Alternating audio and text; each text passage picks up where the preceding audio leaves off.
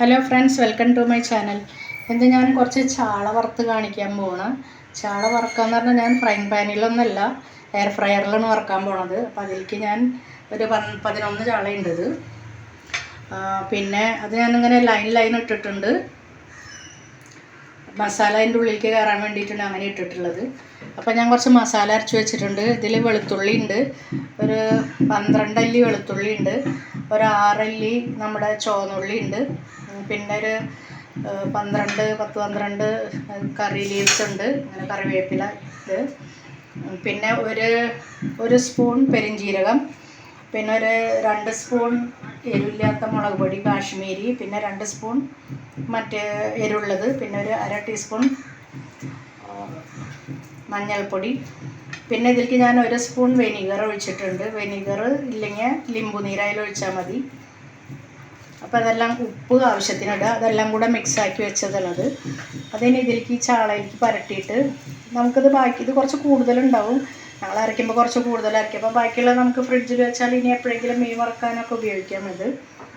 അപ്പോൾ അത് കുറച്ച് മാറ്റി ഇങ്ങനെ വെക്കാം, ആവശ്യമുണ്ടെങ്കിൽ എടുക്കാമത്. ഇതിൽ മുഴുവൻ ഇങ്ങനെ പരട്ടി കൊടുക്കുക. എന്നിട്ട് ഒരു 10 മിനിറ്റ് നേരം വെച്ചാൽ നല്ലതാണ്, ഈ മസാലയൊക്കെ ഒന്ന് പിടിക്കാനായിട്ട്. നന്നായി മിക്സാക്കിയതിന് ശേഷം 10 മിനിറ്റ് കഴിഞ്ഞിട്ട് നമുക്ക് എയർ ഫ്രയറിൽ വെച്ചിട്ട് ഇതൊന്ന് വേവിച്ചെടുക്കാം.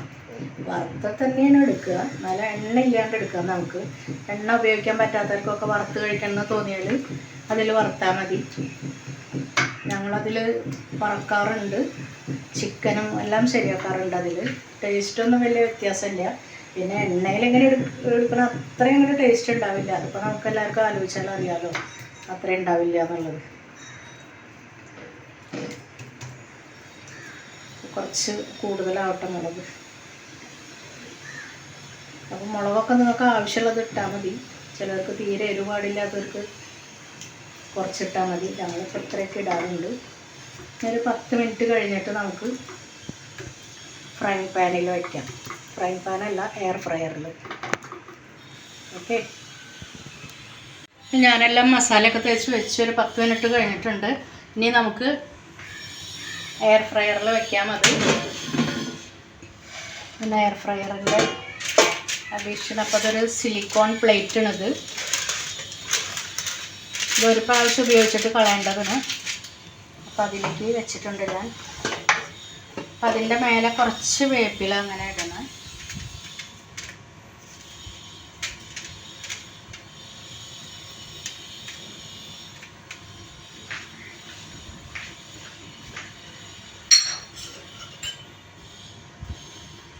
അതിൻ്റെ മേലെ കുറച്ച് വെളിച്ചെണ്ണ, നിങ്ങൾക്ക് ഇഷ്ടമുള്ള എണ്ണ ഒഴിക്കാം, പക്ഷേ വെളിച്ചെണ്ണയിലാണ് കുറച്ച് കൂടുതൽ ടേസ്റ്റ് ഉണ്ടാവുക. ഒരു 1/2 ടീസ്പൂൺ ഒഴിക്കണമല്ലോ കേട്ടോ, 1/2 ടീസ്പൂൺ ഒഴിക്കണമല്ലോ. ഇതിൻ്റെ മേലെ അതിൻ്റെ ആ സ്മെല്ലൊക്കെ വന്ന് ഈ ചാളയിലേക്ക് പിടിക്കാൻ വേണ്ടിയിട്ടാണ്. പിന്നെ ഈ ചാള ഇങ്ങനെ അതിൽ വയ്ക്കാം അതിൻ്റെ മേലെ.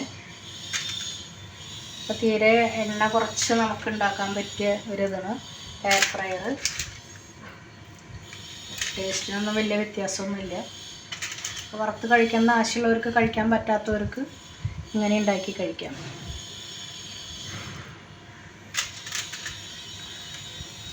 ഒരു ട്രിപ്പും കൂടി വയ്ക്കേണ്ട വരും.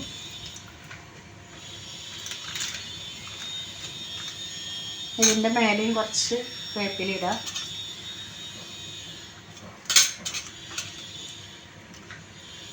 കുറച്ച് വെളിച്ചെണ്ണ ഒഴിക്കുന്നുണ്ട്, ഒരു 1/2 ടീസ്പൂൺ.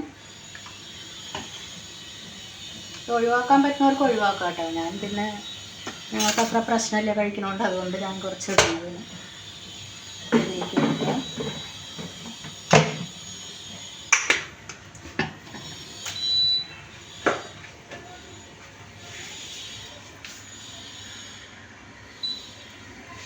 ഇത് ടൈമൊക്കെ നമ്മൾ അഡ്ജസ്റ്റ് ചെയ്ത് വെക്കേണ്ടി വരും. അപ്പോൾ 185 ഡിഗ്രിയാണ് ഇതിൽ കാണിക്കുന്നത്. ഇത് സമയമാണ്. സമയം നമുക്കൊരു 12 മിനിറ്റ് വയ്ക്കാം. 12. അതിനിത് ചൂട് എത്ര ഡിഗ്രി എന്നുള്ളതാണ് കാണിക്കുന്നത്.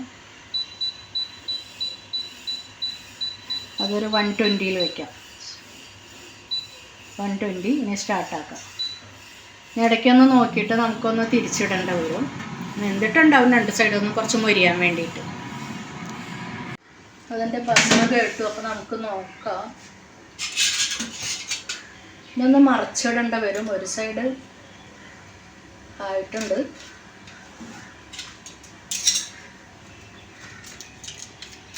ഇതിലേക്ക് ലൈറ്റ് ഇത്തിരി കുറവാണ്.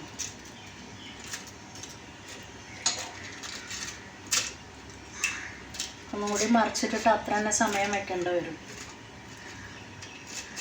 സാധനം വെന്തിട്ടുണ്ട്, പക്ഷെ ഒന്നും കൂടി ഒന്നും അതായില്ലെങ്കിൽ ഒരു പുഴുങ്ങിയെടുത്ത പോലെ തോന്നും നമുക്ക്.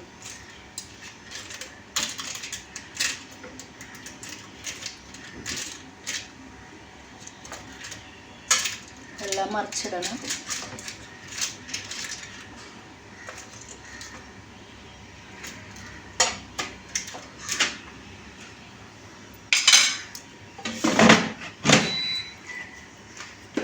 വീണ്ടും ഒന്നും കൂടി വയ്ക്കേണ്ടി വരും.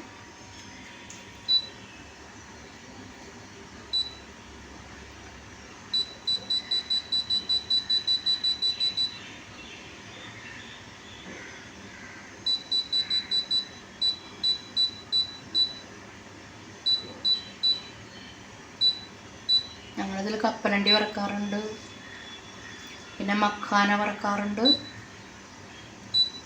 120 തന്നെ വയ്ക്കാം. ഇത് 120. ടൈം 12 തന്നെ ഇരിക്കട്ടെ.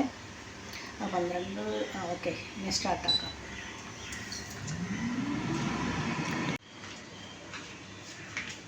ബസ്സെല്ലാം കേട്ടപ്പോൾ നോക്കാം നമുക്ക്.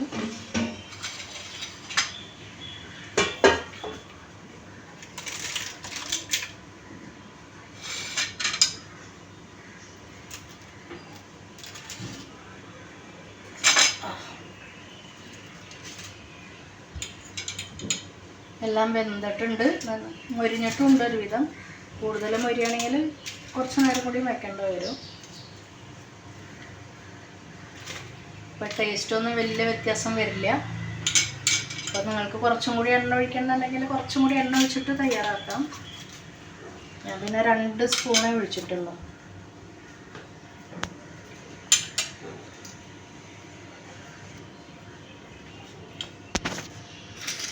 എല്ലാവരും തയ്യാറാക്കി നോക്കുക. എണ്ണയില്ലാതെ എങ്ങനെ ഫ്രൈ ചെയ്ത് കഴിക്കാം.